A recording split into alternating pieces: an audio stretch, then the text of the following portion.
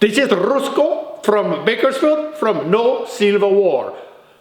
Today we are going to take a deeper dive into the TikTok controversy. But I'm going to make this a little bit about Mr. Rusko and his problem with the TikTok. Mr. Rusko did a video about a year and a half ago, which is pro-Palestinian and pro-Israel. But Mr. Rusko made a mistake according to TikTok to criticize China, Russia, Iran, and Hamas on the human rights violations. So they don't like this. I got banned. You know, the same video, go, no problem. YouTube, no problem. X, no problem. Facebook. So TikTok is notorious for not liking anti-Chinese videos. And after this, when I looked on the TikTok, say, hey, well, let's look at, see how many pro-Israel, very few pro-Israel on TikTok at that time, and gobs in mucho of the stuff for anti-Israel and stuff was just garbage and made up. And that's how they got all these college kids to go and protest and not know really what the heck they're doing. It's a complicated story and needs to be studied. So that's why I got banned. I'm still basically banned, suspended, because if I put something on there, it goes nowhere. And it used to go pretty good on TikTok.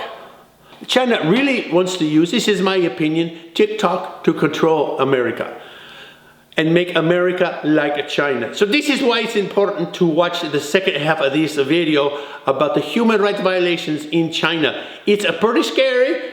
Now, you gotta know, younger TikTokers and old TikTokers, you know, the stuff you put on this TikTok, they throw you in jail for the TikTok in China. Again, same stuff here, in jail in China. So you're not doing yourself a favor by saying, let's keep a TikTok. Well, let's keep a TikTok, but an American company, and the American company own the algorithm. That's the most important part. So let's go here, forward here.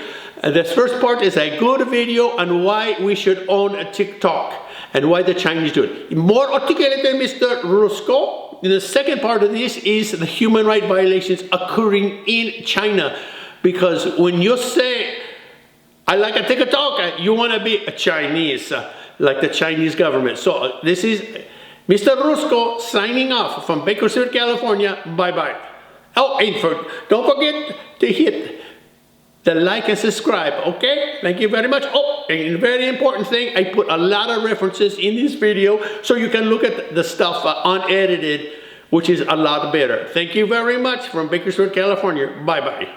Huawei has been accused of stealing intellectual property through backdoors in their products, which allowed unauthorized access to sensitive data. This kind of access can be used to blackmail individuals or companies, or to copy and mimic designs and technologies. So yeah, if you didn't know, the CCP has definitely been caught stealing data from US citizens and companies. The implications of this are pretty serious. That means that the national security concerns we're facing with TikTok now aren't just politically motivated procedures as you would be led to believe. They are real and looming threats for every citizen on TikTok. Beyond data privacy, there are other concerns too. One is the potential for censorship and the spread of misinformation. Because TikTok is so influential, there's a worry that it could be used to promote certain viewpoints or suppress others. For example, during the Hong Kong protests in 2019, there were reports that videos related to the protests were being censored on Chinese social media platforms, including Douyin,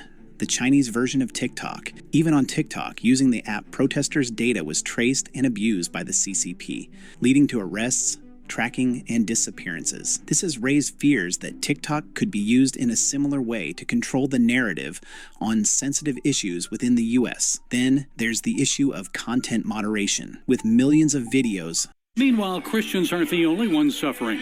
Ethnic Uyghurs from East Turkestan, a region the communist government calls Xinjiang province, are under attack. China is home to one of the worst human rights crises of our time. It is truly the stain of the century.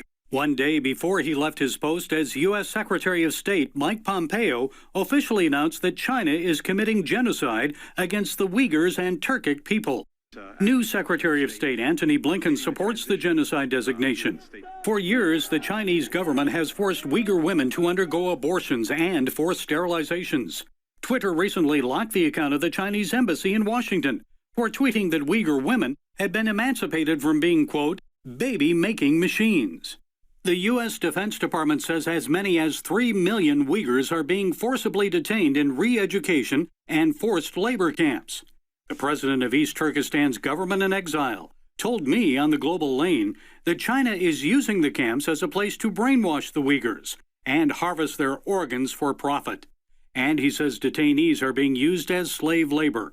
Millions are still, working in slave labor factories, producing, products for companies like Apple, Nike, Costco, and dozens of others. And Uyghurs are reportedly being used to manufacture solar panels for export to the U.S. and elsewhere. How have things changed in the past decade under Xi? I would say it has gone worse. Since LGBT group used to be able to organize themselves to have groups to advocate for their rights. I think that rights has been taken away because the government has cracked down on any kind of civil society groups, and the government has censored LGBT online community, WeChat groups, and also other kind of harassment surveillance against LGBT activists. China has just had the three-child policy. The government is actually now encouraging women to have more children. So, I'm a little bit worried that the government is going to have policy out, trying to push women out of the workforce and going back home, saying, the country is aging, we need more people. How about you just stay at home and have children? So, it's not boding well for women's rights. I mean, in terms of minority rights such as, the Uyghur population and Tibetan population, it's obvious, right? I mean, the government is committing crimes against humanity in Xinjiang. So I don't feel good about any kind of rights for minority groups in China. Just Xi Jinping doesn't like any kind of independent organizing in China. February 1st, 2021. Public security police storm onto the property of a government-sanctioned church in China's Wenzhou city. Their mission? Toppling a cross from the roof of a church building for a second time. They'd removed the cross 7 years earlier, but church members replaced it. Bob Fu is with China Aid, a group that helps China's persecuted Christians. That city alone, we have documented over 1,600 churches with their crosses were being burnt, destroyed, and destructed. And many pastors, were even detained, imprisoned. China's Christians say it's the worst persecution against them since Chairman Mao Zedong, which means Christians are only considered to be good citizens if they adhere to communist ideology.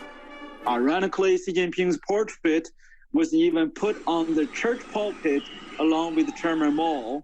In Fuzhou City, a Catholic family was forced out of their government-subsidized housing after they refused to remove religious icons from their home.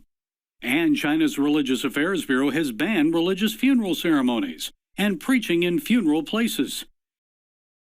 Mr. Chu, do you agree that the Chinese government has persecuted the Uyghur population? Congresswoman, if you use our app and you open it, you will find our users who give all sorts of content. That's not my question. My question is, do you agree that the Chinese government has persecuted the Uyghur population? Well, it's deeply concerning to hear about all accounts of human rights abuse. My role here is to explain what our platform does on this. It's a pretty easy question. Do you agree that the Chinese government has persecuted the Uyghur population? Congresswoman, I'm here to describe TikTok and what we do as a platform. And as a platform, we allow our users to freely express their views on this issue and any other issue that matters to them. Well, you didn't answer the question.